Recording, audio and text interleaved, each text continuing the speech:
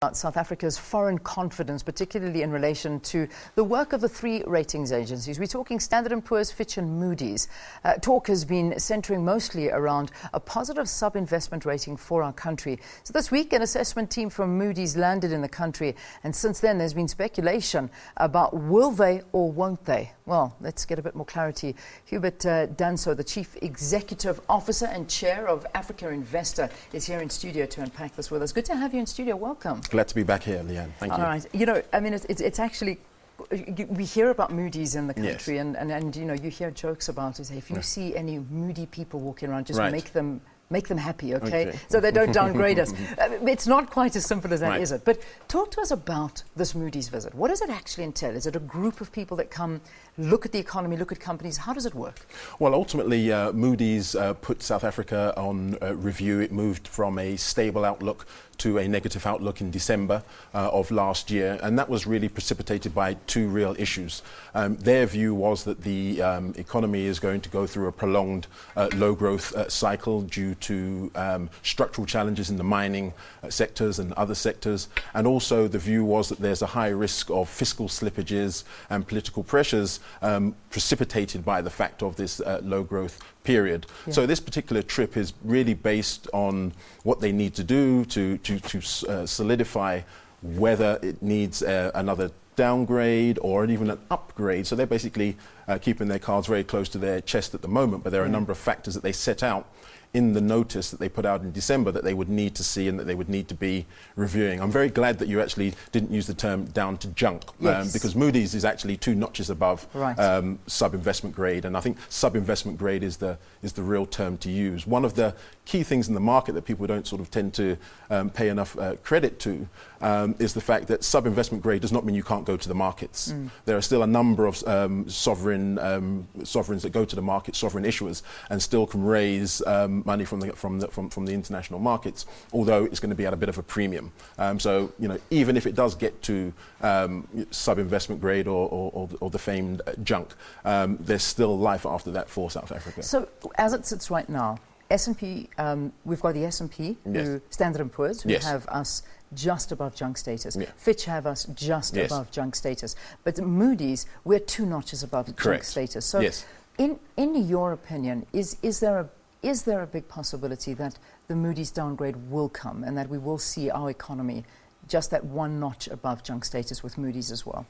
Well, it's possible. Like, you know, as you mentioned, you know, they've got a team of analysts on the ground now, and of course, I mean, when they called for this particular review, it's usually in advance of the typical policy statements that are likely to impact their outlook in terms of the State of the Nation's address, the budget, and now, obviously, with the political issues that are being highly publicised while they're here, you know, it's not looking hopeful if those are taken into account, you know, with a high degree. But ultimately, the way they assess the market is on two bases. Really, the first one is they look at the quantitative issues where they have to really crunch the numbers of the economy, the unemployment, the budgets and the expenditures and the growth forecasts. And the other is more qualitative, where they speak to captains of industry and key stakeholders. And I think the partnership between the government and the private sector and labour and civil society, all key stakeholders, is going to be really critical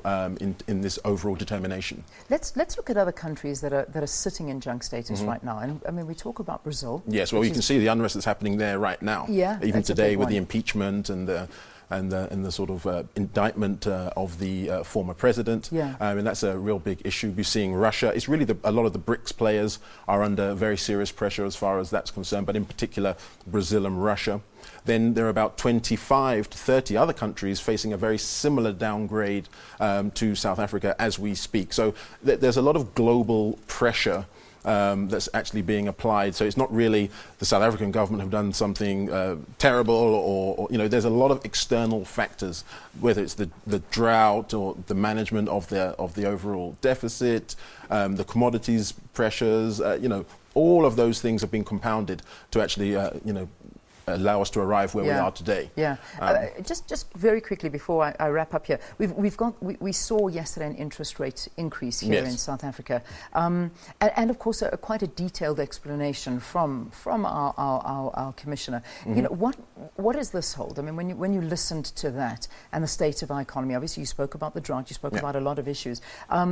How does that hold for us? I mean, that increase in interest rates. Well, it shows that the economic growth is under pressure, and you know, there really needs to be a wholesale focus on growing the economy. It's less than 1% at the moment. Obviously, the ceiling for inflation was about to be breached. That's why it was very well expected that that we would see that 25 basis points rise. I think really there needs to be a potential mind shift, which basically really goes to the old sort of collegiate approach of let's not ask what the economy can do for us, but you know, let's ask what we can do for the economy, because whether there is a downgrade or whether there's no downgrade, the fundamentals still really need to be put in place. And I think South Africa has a very credible, globally respected template, which is the National Development Plan. When the Minister Previn Gordon went to London and the US meeting investors, absolutely. I think the key message was we need to see implementation.